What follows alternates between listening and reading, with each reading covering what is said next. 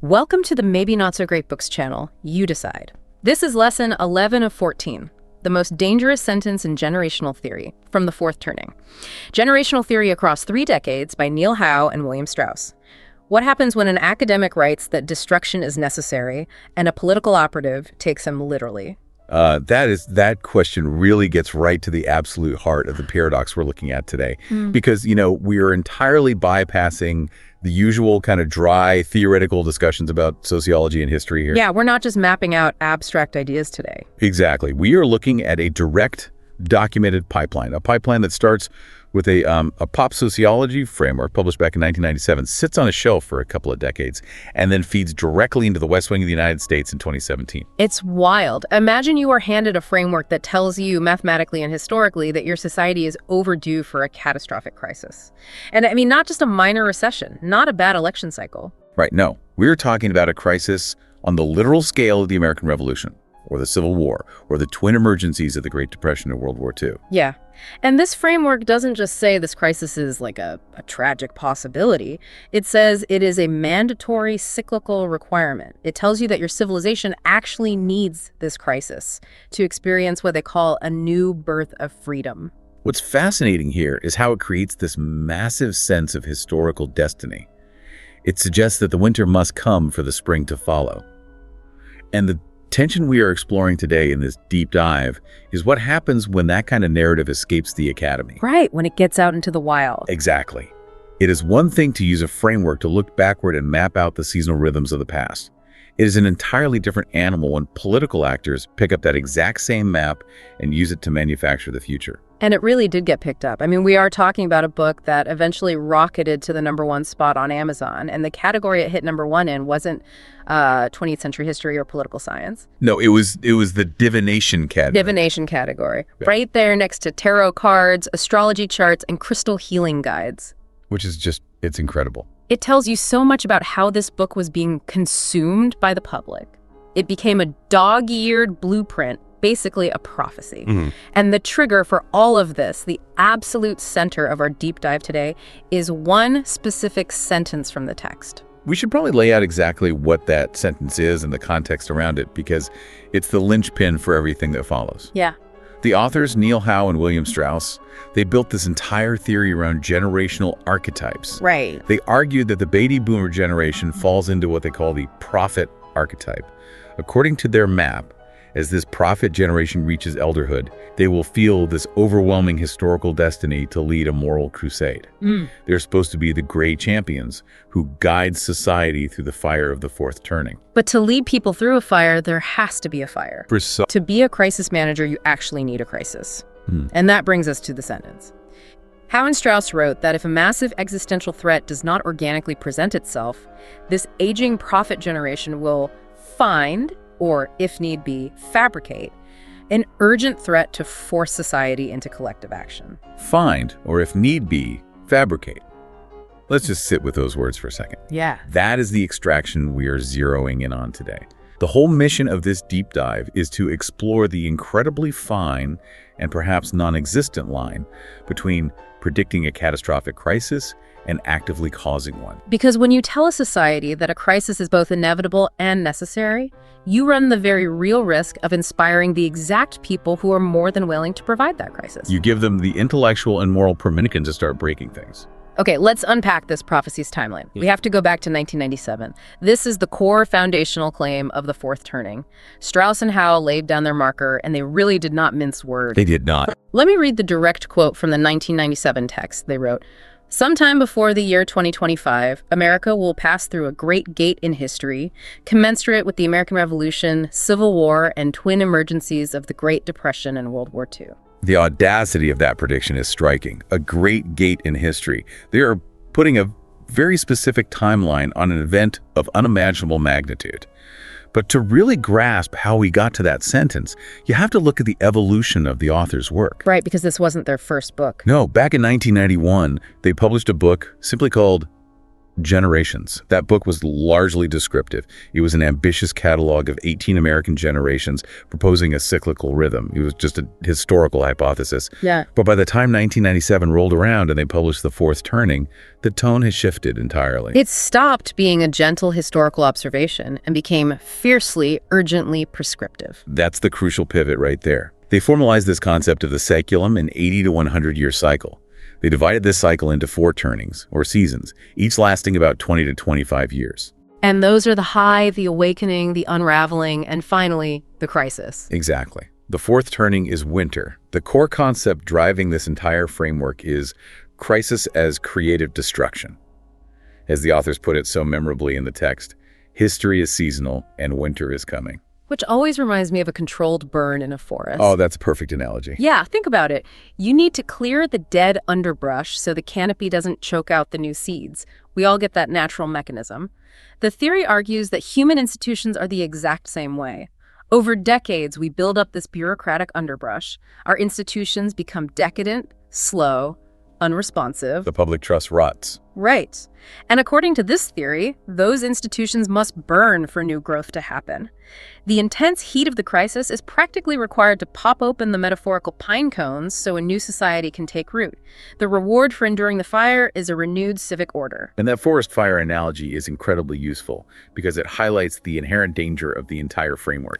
Well, a natural forest fire, sparked by lightning, is a tragedy, but also part of a normal ecological cycle.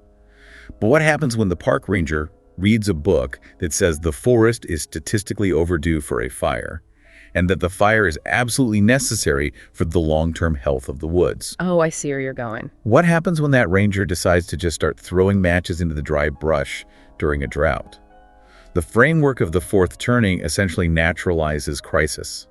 It frames the destruction of old institutional orders not as a massive failure of society, but as a cleansing renewal. It provides a grand historical justification for watching the forest burn. Which brings us right back to that find or fabricate logic. If you are told that you belong to the generation whose destiny is to oversee this burn, you're going to start looking for matches. Let's dig deeper into these archetypes because it explains the psychology of why someone would even want to fabricate a crisis. Sure. The theory assigns one of 4 archetypes to every generation, repeating in a fixed sequence. The baby boomers, as we mentioned, are the prophet archetype. Prophets are born during a high, they come of age during a spiritual awakening. Think of the 1960s counterculture, the protests, the shifting values. Right, tearing down the old norms. Exactly. And then they spend their midlife during the unraveling.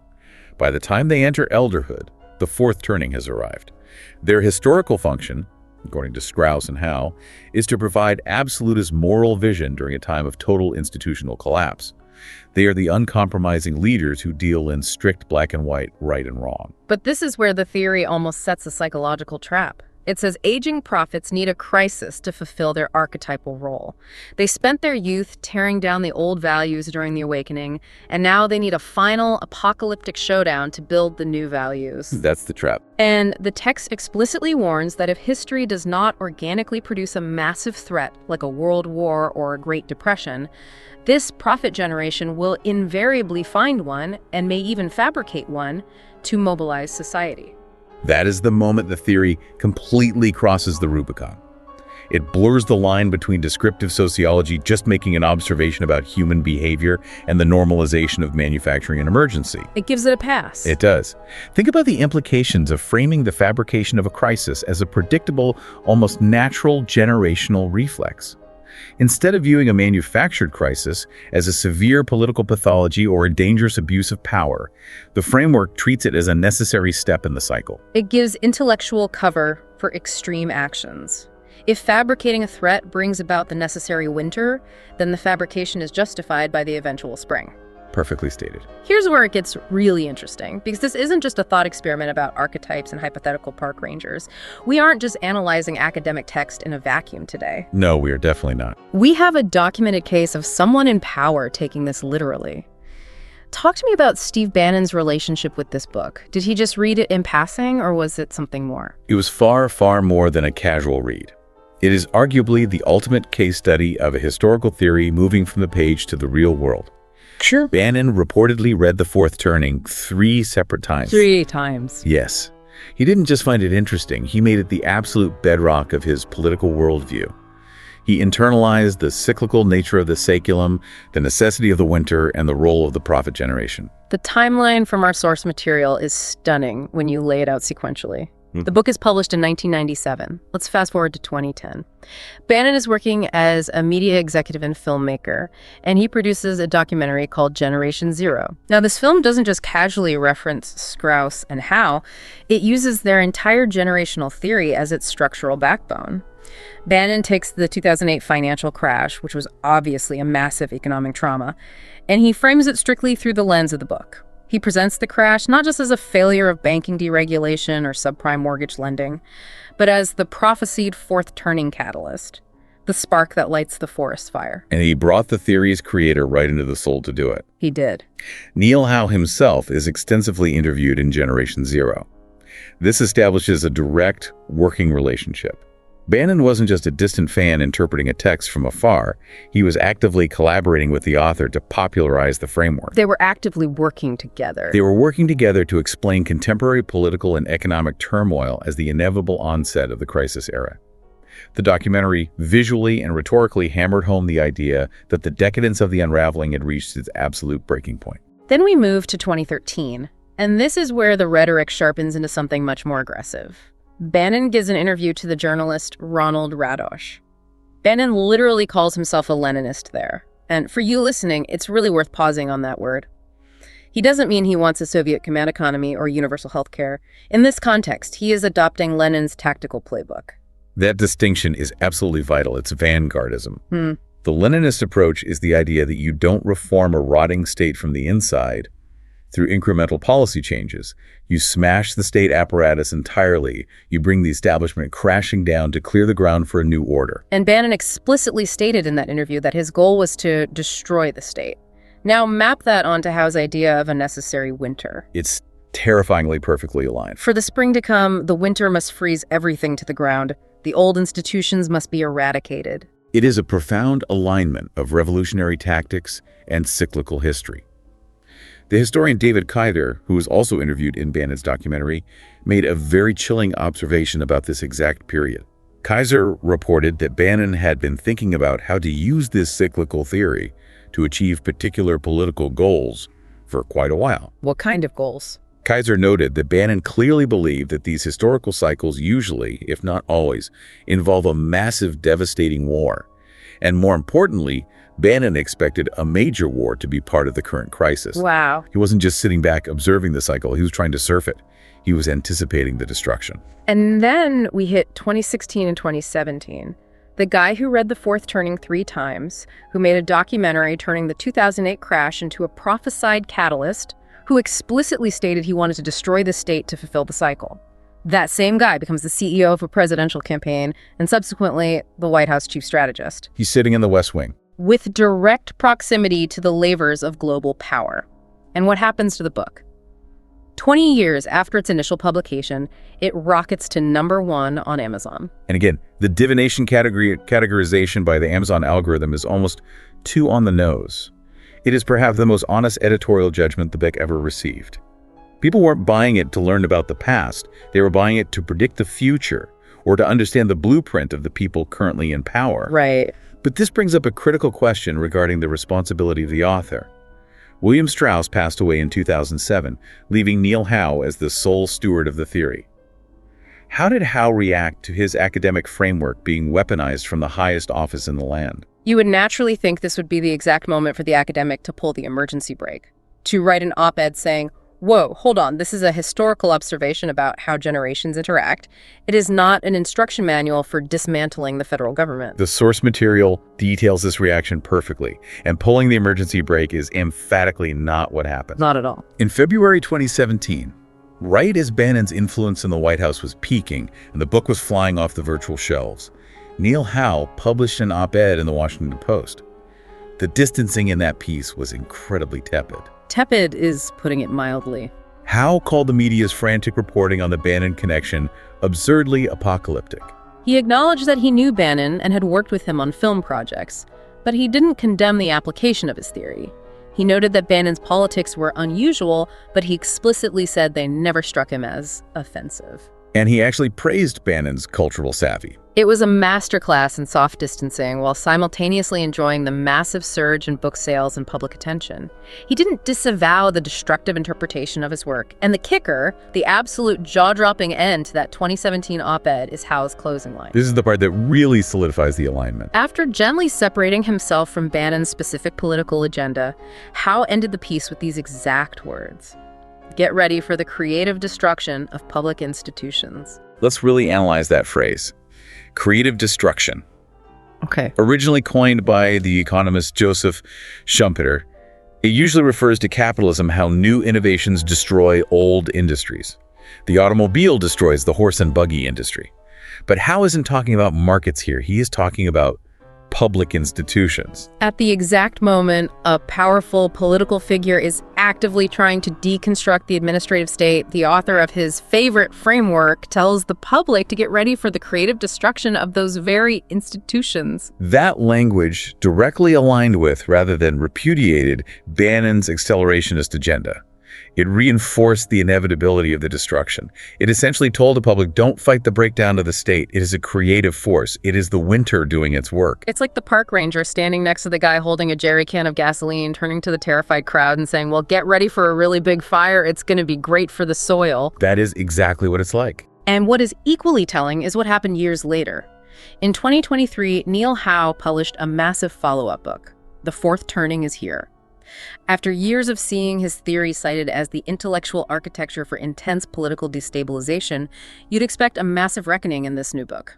You would expect an entire chapter, perhaps a lengthy introduction, dedicated to addressing how the theory can be misused, an exploration of how deterministic frameworks can become self-fulfilling prophecies when placed in the hands of political actors. Did he include that?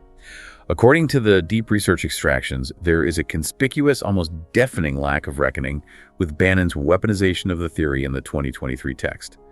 Howe mentions Bannon briefly and moves on, completely failing to engage with the structural vulnerability of his own work.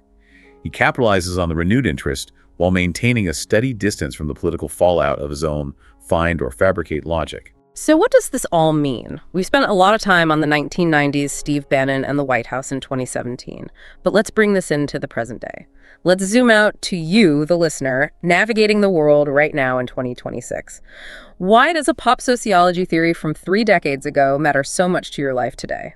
If we connect this to the bigger picture, the reason this matters immensely today is because this exact logic, the logic of accelerationism, has permeated our entire culture. And it is crucial to understand that this is not limited to one side of the political aisle. Absolutely not. The intellectual architecture of the fourth irrity.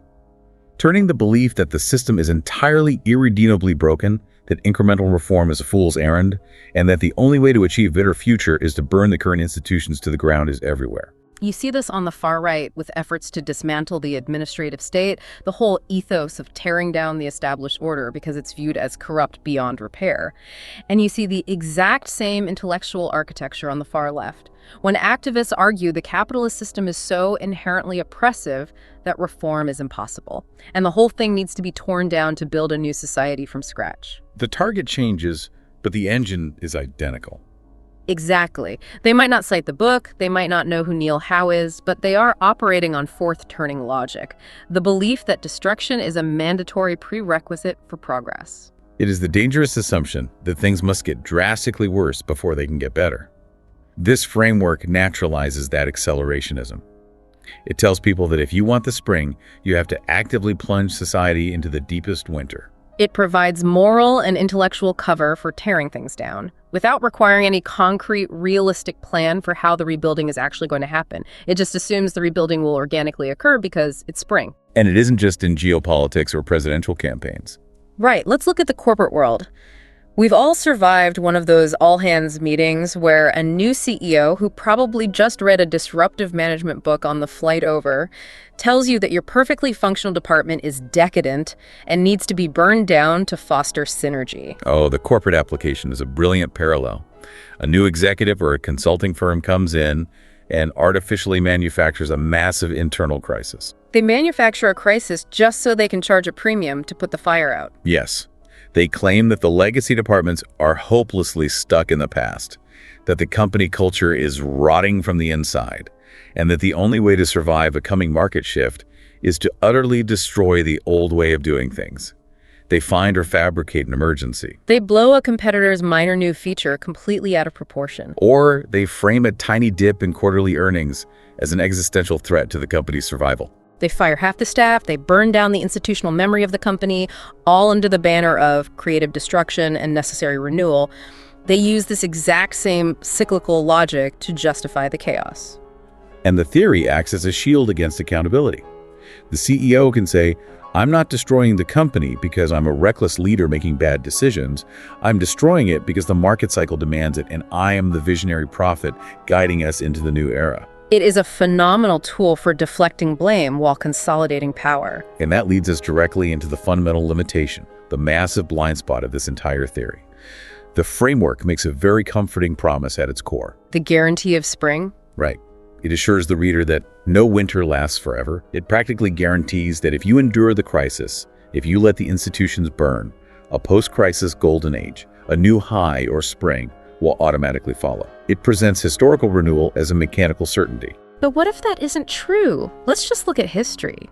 What if you eagerly burn down the house, expecting a beautiful new mansion to magically rise from the foundation, and you are just left standing in the ashes holding a match? That's the terrifying part. History is littered with civilizations that had a massive crisis and just collapsed. They didn't get a spring. The Roman Empire in the West didn't experience a creative destruction that led to a new high. It fell into centuries of fragmentation. The theory's absolute certainty of a happy ending is incredibly dangerous because it lowers the perceived cost of destruction. It makes burning things down feel safe. It creates a deeply false sense of security regarding the aftermath of a crisis. And this brings us to the profound methodological flaw of the theory itself, which is its unfalsifiability. A scientific theory has to be falsifiable. It has to make a prediction that can be proven wrong. But the Strauss-Howe theory relies on what we call goalpost migration. It is a masterclass in retroactive fitting. Let's compare the exact texts, because this is where the academic facade really starts to crack. Let's look at the actual predictions from the 1997 book. They predicted the crisis catalyst would trigger around the year 2005, and that the entire crisis would resolve sometime before the year 2025. They put a hard deadline on it. And that specificity was part of the book's initial appeal. It wasn't vague, it gave you dates. Right. But then 2005 comes and goes without a catalyst commensurate with the start of the Civil War. The mid-2020s approach, and we haven't passed through the Great Gate in history, resulting in a new golden age. So what happens in the 2023 book, The Fourth Turning is Here? You'd think a rigorous historian would say, well, our 1997 timeline was incorrect. Let's examine why our model failed. But that's not what happens at all. No. The 2023 book quietly shifts the catalyst. Suddenly, the catalyst wasn't supposed to be 2005 anymore. The text shifts to frame the 2008 financial crash, or maybe the COVID pandemic in 2020, as the true sparks. And that hard deadline of resolution before 2025, it vanished. The new book pushes the resolution deadline out to the early 2030s. It is a decade-long goalpost shift, executed without any explicit acknowledgement that a massive revision has taken place. The built-in elasticity of their seculum concept gives them a massive buffer. Because they define a turning as lasting roughly 20 to 25 years. Exactly. So if a prediction fails, you just stretch the turning a few years, you redefine the catalyst.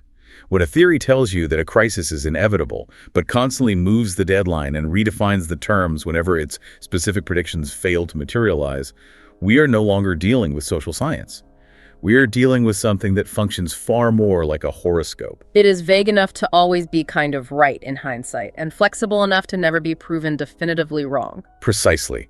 And yet, despite the moving goalposts, despite the unfalsifiability, the impact of the theory is undeniably real. Which brings us to the core debate of this deep dive. Something for you to wrestle with as you listen. This raises an important question. When we look at the interaction between this book and the political sphere in the 2010s, we really have to ask a difficult question about the nature of ideas. Did Steve Bannon hijack a descriptive academic theory and twist it to his own political ends? Or did he faithfully execute a prescriptive political playbook exactly as it was written?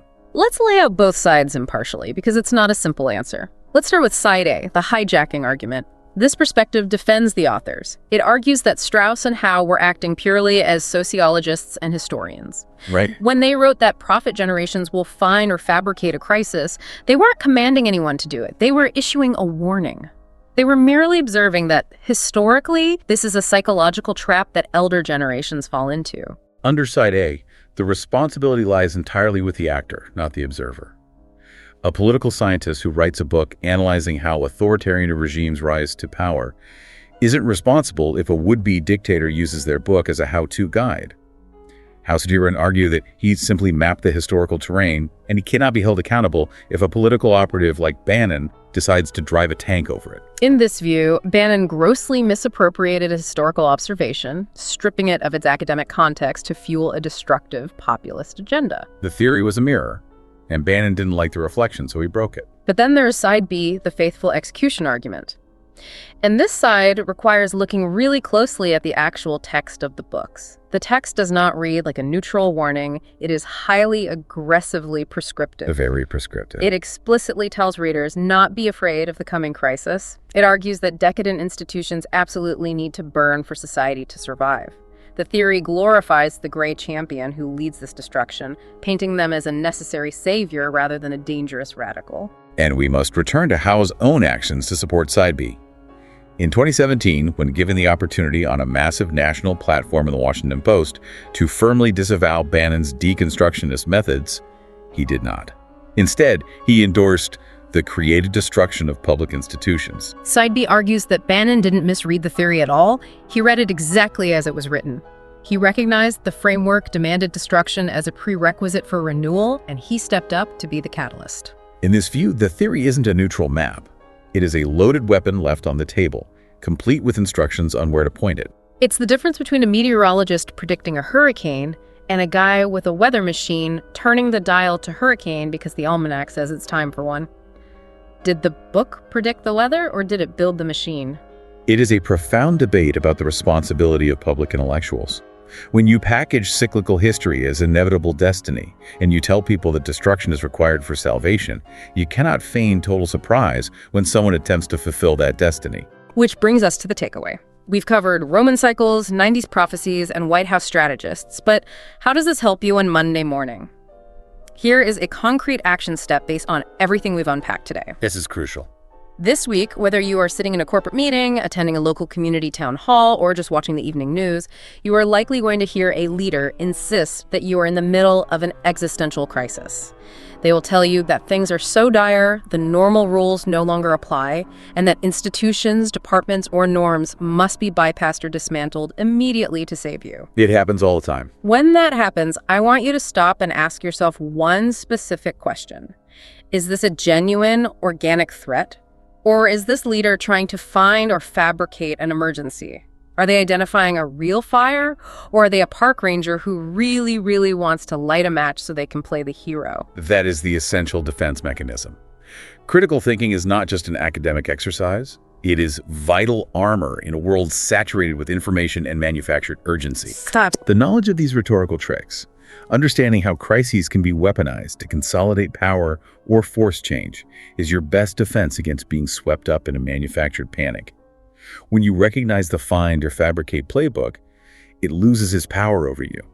You stop being a pawn in someone else's archetypal destiny. But I want to leave you with one final, perhaps unsettling thought to mull over long after this deep dive ends. We have explored how a theory can be used to justify crisis, but consider the broader psychological impact on all of us. If a widely accepted generational theory successfully convinces millions of people that a massive destructive crisis is historically inevitable, that it is simply our season to burn, do we eventually just stop trying to prevent it? Does the collective belief in the prophecy become the very catalyst that causes the destruction? If we all agree winter is coming, do we freeze ourselves to death just to prove the calendar right? That was lesson 11 of 14 on The Fourth Turning. Generational theory across 3 decades. Subscribe for the full series if you haven't seen our debate overview of the whole book. Check that out, link in the description. Thanks for being here. See you next time.